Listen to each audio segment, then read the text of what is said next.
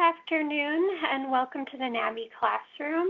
My name is Rebecca Green-Jablonski and I will be your session organizer for today.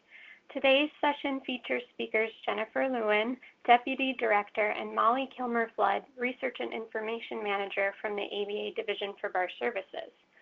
Molly and Jennifer will walk through an overview of the resources available to your bar associations from the Division for Bar Services and throughout the American Bar Association. Before I turn it over to our presenters, I have a few housekeeping items that I'd like to mention. In the right corner of your screen, you will see a small orange or gray box with a white arrow inside. Please click on this to open your control panel. I'd like to do a quick check to make sure everyone can see the screen and can also hear me clearly. On the control panel, please go ahead and use the button to raise your hand to confirm that you can see the screen and hear me. Great, I see a lot of hands. Thanks, you guys. Within the control panel, you will also see a questions box. Everyone's line has been muted for the ease of this presentation, but you may still ask questions. Please use the questions box to send questions throughout the presentation. Our speakers have saved some time during the session for Q&A and will answer your questions then. To ask a question, simply type in the questions box and hit send. Let's go ahead and test this now. Please type hello in your questions box.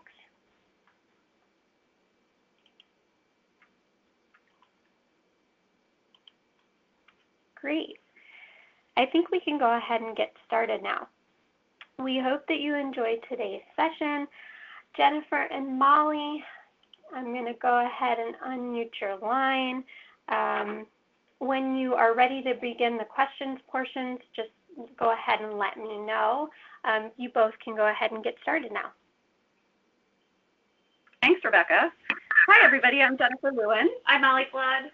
And we are delighted to be here to talk with you today about resources that are available to support you and your bars. And we really appreciate the invitation to be here from NABE. And I just want to say we saw the registration list and we already know many of you on the call today, but if we haven't met you yet, we look forward to doing so in the future.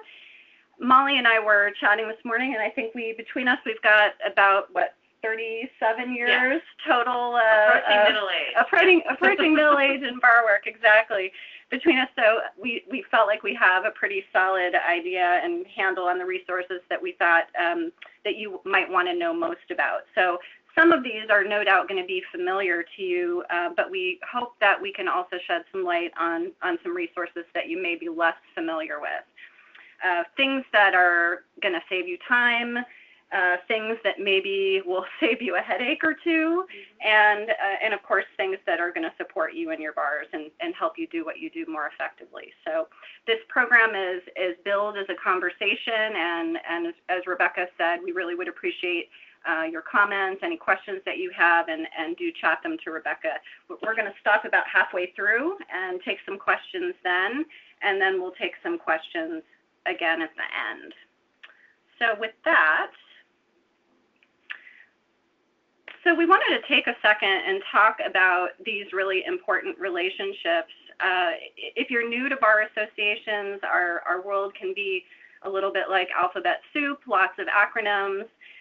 Even bar executives who have been in their roles for long periods of time may not be always familiar with who does what. So we just wanted to take a second and talk about each of these organizations and a little bit about how they relate to each other. So as you're probably aware, the National Association of Bar Execs, NABE, the National Conference of Bar Presidents, NCBP, and the National Conference of Bar Foundations, NCBF, are all organizations that are their own organizations that are affiliates of the ABA, but separate organizations with which the ABA has an important relationship. NABE, as you know, primarily serves Bar Association staff. NCBP primarily serves Bar Association presidents and presidents-elect. And NCBF primarily serves elected officers and staff, both, of Bar Foundations. Bar Services, our group, supports all of these audiences also, as well as boards of directors. So that's an extension, an additional audience that we also serve. So where NABE and NCBP and NCBF have actual members in their organizations, we don't. We have individual members of the ABA, but any person who's a bar staff person or officer really can take advantage of our services. So we're really available to everyone in those audiences. So our staff supports these groups every day and in a variety of formal and informal ways. We've got designated staff liaisons like Rebecca, who hosts this webinar and has dozens of other things to support the groups, and NABE and NCBF in particular. And then there's more informal things that we do to support the groups. Molly, I know, for example, regularly chimes in on listserv inquiries, and we both will weigh in on program ideas as the groups are developing their programs. So there's all sorts of ways that we contribute to what each other does. I guess we say all this to just underscore that, number one, how important the relationships are, and really that our bottom line is, don't worry about who you call. You've got a lot of things to keep track of. Call any one of us and we'll connect you with the person and or the answer that you're looking for. So with that, we'd like to talk a little bit more specifically about what Bar Services has to offer. As Jen just outlined, we do have this interesting perch to view over the organized bar. And I have other presentations kind of likened my role in particular to being like Gladys Kravitz, the nosy neighbor from Bewitched we've already talked about our tenure, so for the folks who are old enough to remember Bewitched. But it's an apt metaphor because you're able to kind of view all sorts of different bars and also take in big articles about the legal profession and trends we're seeing in the association world. So it's a really interesting perch, and we try to convey what we're seeing and crystallize it down to essential news to our constituents, to the folks in the organized bar. So three of these things here are ways we do that, and that's Bar Leader Magazine. That's an online publication that comes out bi-monthly, so every other month.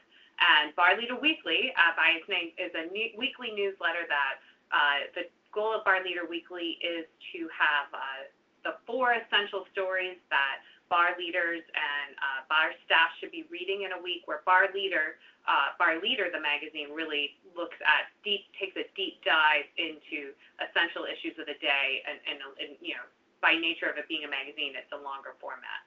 Also, our Twitter feed is a way to keep up on the up and up on just in a rapid fire fashion. So on Twitter, we are typically highlighting interesting things we're seeing. For example, the Florida Bar is having their annual meeting right now. So if you check out our Twitter feed right now, you'll see some retweets from the Florida Bar Twitter account about cool things they're doing at Florida. So if you're looking for interesting ideas about how to revamp your annual meeting or any sort of meeting, we see that part of our duty as a news sharer as to highlight that kind of information. So that's us as keeping up with bar news, is conveying critical issues to you. Another way we do it is not just news items, it's not just anecdotes we're hearing, but we also collect statistics, vital statistics. And you'll see in the lower left corner the image of the 2017 State and Local Bar Benchmark Survey. I mention this for a number of reasons, one of which is this publication is a soup-to-nuts survey of bar operations, governance, board size, all sorts of really important questions, and it's really the only publication of its kind that takes this kind of statistical abstract of the bar association community. But not only is it important for that, but it can also help you make informed decisions. I've talked with executive directors about that they use benchmarks or some of its previous or other of our statistical studies to decide whether or not to sunset a program. And by looking at data in benchmarks, they've been able to make informed decisions. So it's not just been about the board being a focus group. It's about understanding what's happening at bar associations, their size, or in their area, in their geographic area. Another reason I mentioned benchmarks is because the 2018 survey form is being finalized as we speak, and pretty soon you'll be getting an email from Pamela Robinson asking you, if you're an executive director, to fill it out. And we really love our community. It's really a collaborative environment, but I'm just going to warn you, if you don't fill out benchmarks, you're going to get a very nicely worded but direct email or phone call from us asking that you do. This information is valuable to all of us. It helps all of us do a better job in the organized bar, and we really need you to fill it out. So watch your inbox, and we would really appreciate you taking time out of your day to fill out the benchmark survey. Yes, thank you.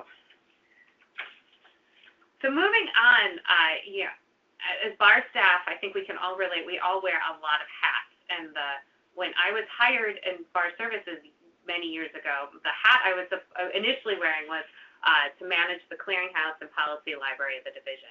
And what that is a specialized library of best practices, programs,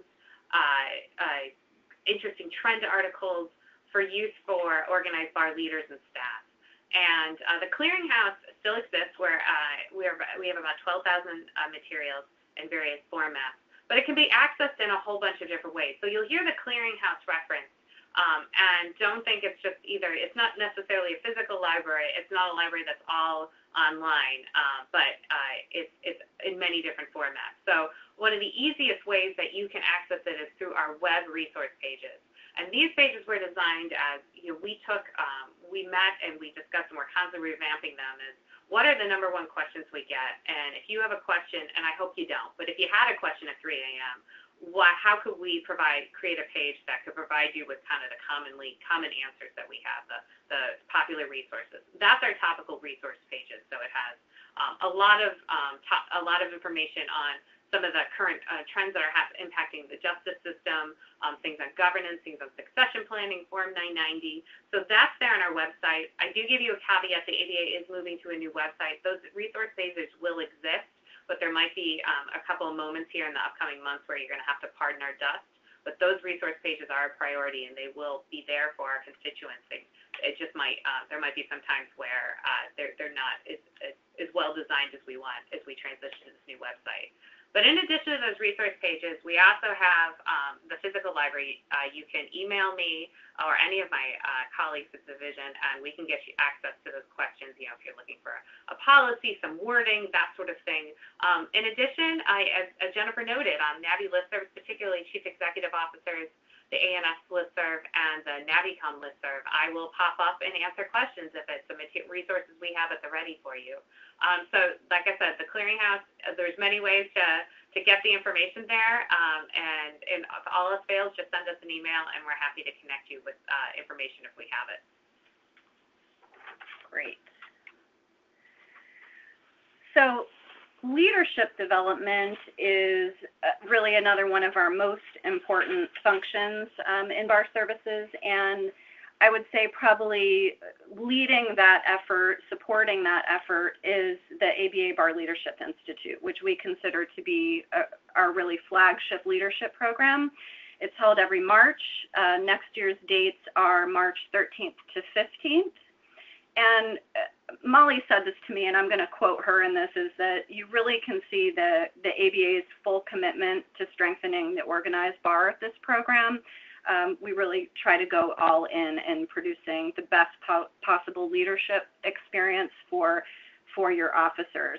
So if you haven't attended, the focus of the program is really on developing leaders' own personal leadership strengths and also emphasizing the president's role as a steward in the organization. Our speakers, we use outside speakers, but also a lot of familiar faces from within the NABE community. So we draw on a lot of you who are experts in your areas or who are doing really exciting things in your organizations.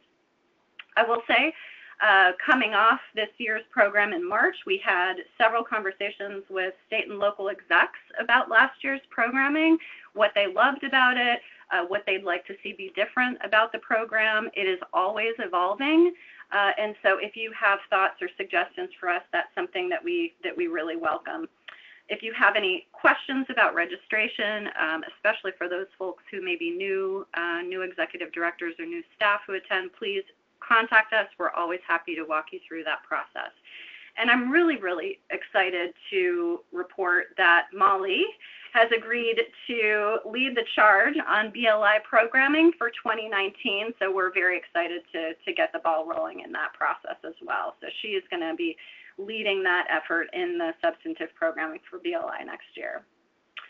So not everybody is able to attend the BLI, but we do offer 2 publications that really reinforce the major messages of the BLI, and you'll see the covers there on the screen. The first one is New Bar President, and the second one is New Bar Board Member Publications. And those are great primers, a nice foundation for an orientation with your officers or an orientation with your board members, and you can order those on our website. Also, just give us a call if you have any questions about that. We're happy to walk you through that. And of course, as we mentioned before, we also support all the NABE, NCBP, and NCBF efforts in this area as well, since that's such a major function of what they do as well. We also serve as speakers pretty regularly at state bar leadership conferences, and some of you may be more familiar that we do that than others of you. So if you're in a state that does do a conference, for example, for its local bars, or you're doing some kind of leadership for a coalition of local bars, feel free to get in touch with us, either about program ideas, and then also, as I said, we do pretty regularly serve on panels or do other speaking engagements as well. Happy to talk about that. And then finally, the last piece of this that we wanted to highlight is the Board Catalyst video series. And we are very excited about this. This is a series that's going to be coming this fall, and it's as part of our efforts to sort of build the capacity and knowledge of boards of directors. We've basically produced a number of short videos that you can, that talk about fiduciary responsibility and all sorts of other board basics, and they're short enough that you can integrate into your existing board meetings. Alternatively, you could string them together into some kind of a longer orientation. So we're very excited about the launch of that this fall, so stay tuned on that. And then our consulting and advisory services, we have been doing this for a long time as well. I'm sure many of you are familiar with this. Strategic planning, boy, these come in all shapes and sizes, from really very simple, concise sort of strategic planning or operational planning effort to more sort of full-blown complex processes with larger organizations. So pricing is based on your budget, your bar's budget size, and also on the scope of your process and the sort of different components that you may or may not want to incorporate. So if you have any questions about that, please give us a call. Always happy to talk that through. Right now, there are 2 of us on staff who are doing consulting, so our calendars fill up pretty early. So do call us if you are interested in this and have us block some dates for you. The second bullet is our market research services. Our main offering really is our membership surveys. Obviously, many of you do membership surveys yourself or little surveys yourself with SurveyMonkey. The advantage of having us do it is that we can also pull data from across bars for comparison. I think at this moment in time, we've done several hundred membership surveys for bar associations across the country. Board retreats, as I said before, we think that ongoing board education is just really critical, so we try to be very flexible about our offerings in this area. We have done everything from 1-hour trends webinars for boards to flying out to meet with your board for a 2 to 3 hour facilitated discussion on a topic to a full day retreat. So there's lots that's possible here, and we try to make that as accessibly priced as possible. And then finally, succession planning for executive directors and other staff. We have done some advising of search committees over the last several years, in particular when there's been a lot of executive director retirements. We also have a job announcement service that supports that effort as well. And then we just wanted to add this little piece in here and just say that a major a major part of what we do on a weekly basis is take calls from staff or executive directors, even board members to some degree, and who are interested in sort of talking through a problem or a situation that they're facing to say, you know, is this situation something you're seeing and that other bars are facing? Is this crazy? Is what I'm describing crazy? Is this happening elsewhere? If so, how did other people approach this? So we do this a little tongue in cheek, but we really truly do. We do welcome your calls and the opportunity to be a kind of neutral sounding board. So particularly if you're executive directors and if you're newer on the job, it can be overwhelming how isolating the job can be, how lonely the job can be, and we're really happy to serve as that sounding board. And we're not executive directors, but we've talked to enough to understand kind of the basic timeline and the ebb and flow of the position, and we're really happy to share what we've learned from others to talk you through an issue. Absolutely. And I guess at this point, Rebecca, have you received any questions from anyone or comments? We haven't gotten any questions yet, but I'm going to take this time to just let attendees know to make sure that they send their questions to the chat box. We'll be happy to answer them. Fantastic. Great. Okay. Well, let's press on. Yeah. So we've thrown a lot at you, and with the apologies, so this is going to be our somewhat graceful transition to moving from products that are specific to the division for bar services to products from the greater ABA. And no better product, no better deliverable can better explain that than the bridge. Now, the bridge is the division for bar services product. Our colleague Michael Ward edits that. But what the bridge does is it's a way for you, for bar executives and bar leaders to find out the breadth and depth of what the ABA is offering for our community without receiving 15 separate emails a month. So the bridge kind of encapsulates all of that in a really easy to read format to keep you up to date. And also we'll have news about staff changes and other important stuff. So, we have a little bit of gossip with the important critical news that the ABA would like state, local, and special focus bars to learn about. And I neglected to mention earlier when I mentioned Bar Leader Weekly, and the bridge now, is that we have a subscription portal that's on our homepage.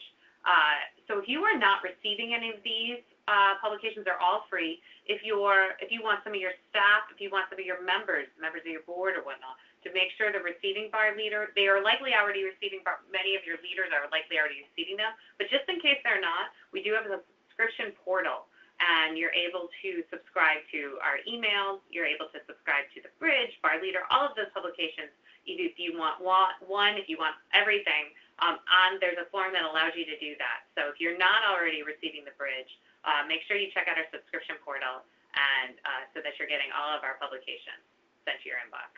And that address for the subscription portal was on the previous slide that had Bar Leader and Bar Leader Weekly on it. So that address can be found there, and all of the publications are available there. ambar.org/barservices. So check that out, and you will get immediate access to our subscription portal. Great. Government Affairs Office. Our GAO is, another, it's more commonly known as GAO. It can be kind of an intimidating structure for those who haven't had direct access with the ABA Government Affairs Office. Thankfully, as NABE members, for those of you who have been in the organization for a while, many of you may know Ken Goldsmith, who's our colleague in the ABA DC office and is a longtime staffer and lobbyist at the ABA GAO office. But if you haven't had that top opportunity to talk shop with Ken, what ABA GAO office does is, well, yes, they're charged with lobbying for access to justice and important issues before the legislature that impacts the administration of law and access to justice. But they also maintain a very healthy relationship with state and local bar lobbyists, in particular members of the NABE Government Relations section. and how we see that relationship manifest. Most importantly, it's an ABA Day in Washington. Many of your bar leaders and you yourself may travel to DC in April, where there's it's about a 2-day process, one really dedicated day on the Hill, where you go to your local legislatures. Our ABA lobbyists do a great job, but they can't do as good of a job as you can talking to your own congressperson. So that's what ABA Day is built on. Typically, it's structured around funding for Legal Services Corporation and other key moments of the day. Also, what that relationship that we have, that the GAO office has with state and local bars, really helps when something might be impacting your state. Like when oftentimes you'll see a legislature introduce a bill about a tax on professional services, which would tax legal services. Ken Goldsmith and his colleagues have information at the ready that can be delivered to you, honestly, within minutes to help you create a lobbying campaign and contact legislatures of why this is a bad idea. More recently, state and local bars worked together with GAO when there was proposals that law offices would have to transfer to accrual-based accounting systems, which doesn't really work with the way law is practiced in this country. And the ABA really credits the success of that not happening to the partnership of state and local bars. So if nothing else, just know about Ken and how much he wants to help.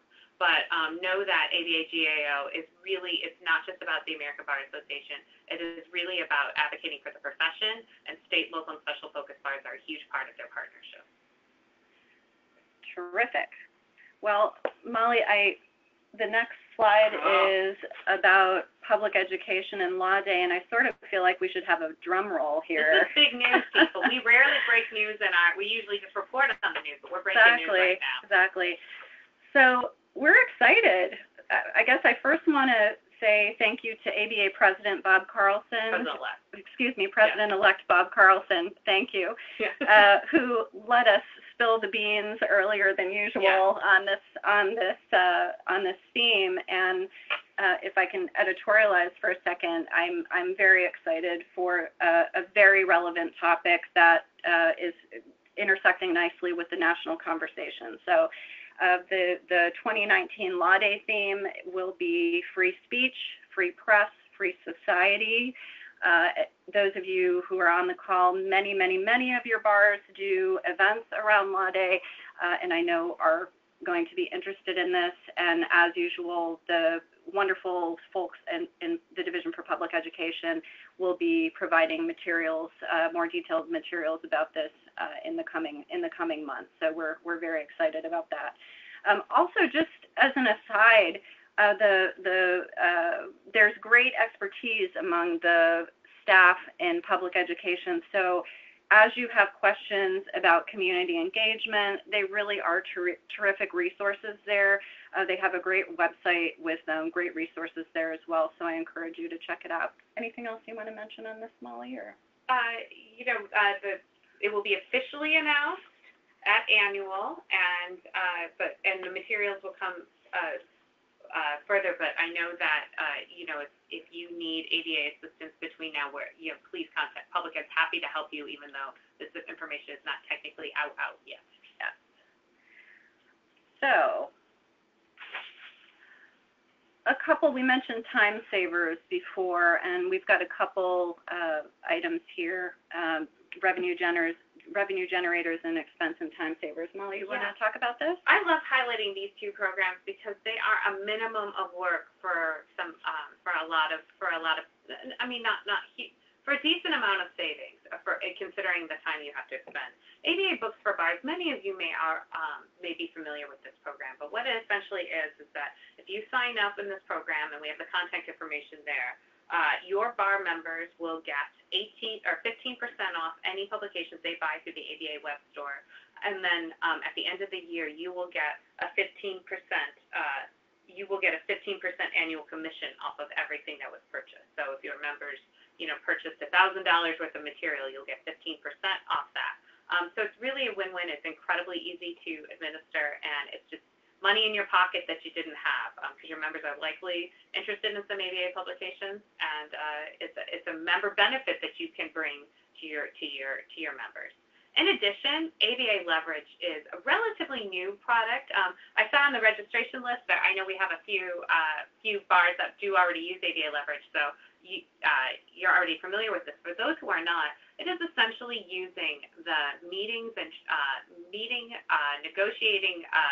the negotiation power of the ABA with meetings and travel for your bar association. The ABA is the leading professional association as far as just the frequency. It books hotels and event space, and Leverage allows you to take advantage of that, and the ABA can negotiate on your behalf to give you rates at hotels, resorts, and other places that you likely would not have. The ABA will help you with contracts. The ABA will enforce the contract. If it comes to that, hopefully it doesn't. But essentially, it's exactly what it says. It's the leverage of the ABA brand and of their reputation in the hospitality industry, advocating on behalf of your bar and giving you rates at places you would likely not get otherwise. Excellent. Okay, so you know how earlier I mentioned that our website's in transition? Well, we've also had a reorg. We're just going to live transition wholly here at the ABA, and we've also had a reorg.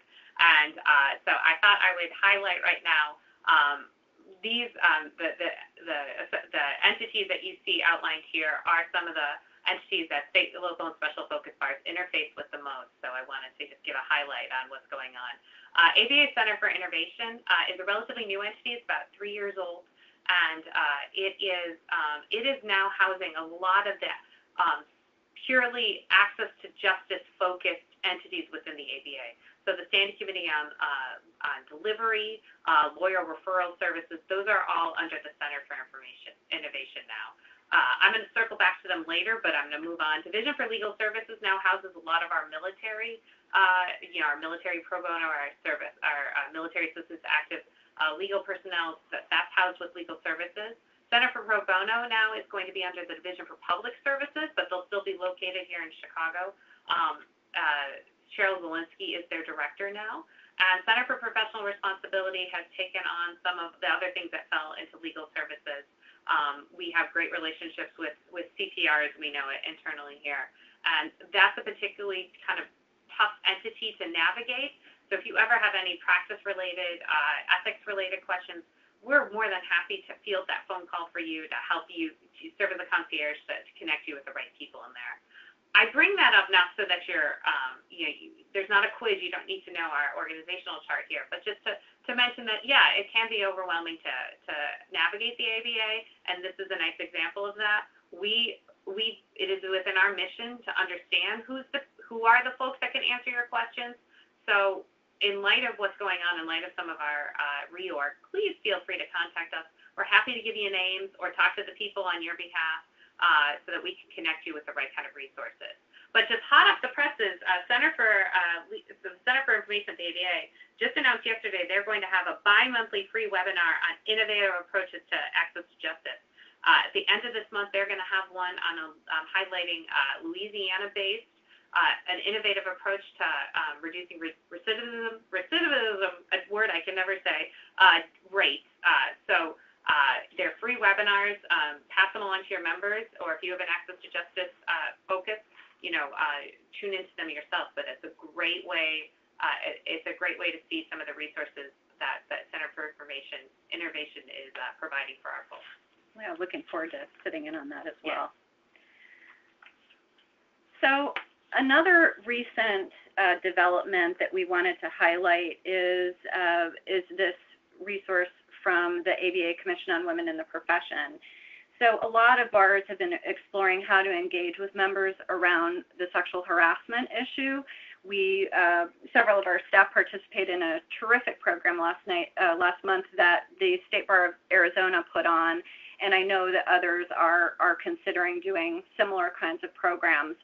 So this Zero Tolerance Program Toolkit is coming out later this month, and so I encourage you to sort of stay tuned for that. The Commission on Women's website is located there at the bottom, and it's going to contain all sorts of different kinds of tools that you can use in any programming that you may be interested in putting on around this issue. And then I realized that there's another round of set of questions or issues that frequently come up for us, and I didn't create a slide for it, so I'm just going to mention it here, that for those of you who are bars who have representation in our House of Delegates, frequently questions come up about how certification of a delegate or other questions relating to House activities, and the person that you should really talk with there if you have questions is Rochelle Evans. She is fantastic and just a terrific resource. Again, though, if you don't remember her name, just call us and we'll put you in touch with her. So, and finally, just here's our contact information. Hopefully that's familiar to you. And we encourage you, if you're not subscribed to some of these publications or you're not currently following us on Twitter, please do that. And do reach out to us at any time that you have questions. We're happy to talk with you. Mm-hmm. And we have time for questions right now, but we hope we see you at NABE Annual in Chicago. That's coming sooner than later, first week of August. As we mentioned earlier, we really we don't actively staff NABE like Rebecca and Nora and some of our other colleagues do, but we get so much out of this relationship, particularly in meeting with folks and in partaking in NABE programming. So we do hope that you're able to join us in Chicago just to see one another, and also to just another way for us to share information and keep up with what's going on. Exactly. And with that, we would love to take any questions that you may have, any thoughts or comments you have. We welcome those now.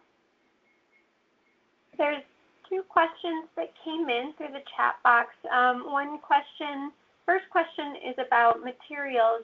Will materials from this webinar be circulated? Yes, we will be circulating the PowerPoint presentation to you all after this webinar, so know that those are coming your way via email. The second question is a NABE-related question. Will there be a small bar conference this year? I know that the NABE leadership is discussing that, so that's still kind of being discussed, but I will be happy to forward along your question to the NABE leadership. At this time, we don't have much more information in that, so we will get back to you on that.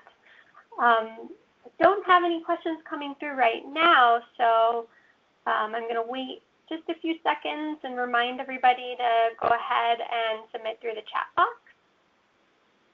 Well, we just want to say thank you so much for your participation. Hopefully you learned one or two things that you didn't know. I know you didn't know the Law Day theme, so we know that's a given. But we hope you picked up some other tips and resources that maybe you were a little bit less aware of, and please do call on us if we can be of any help. So I want to thank our presenters for today. Thank you so much, Molly and Jennifer. Those were great resources. Thank you to our session attendees. Please be watching your email for a message from us. Like I said, it will include the materials, the PowerPoint presentation in there for you. We have another NABE webinar coming up next week as well, which you will receive an email about. For additional information about NABE webinars, you can always find more information on the NABE website, so please make sure to visit the NABE web pages.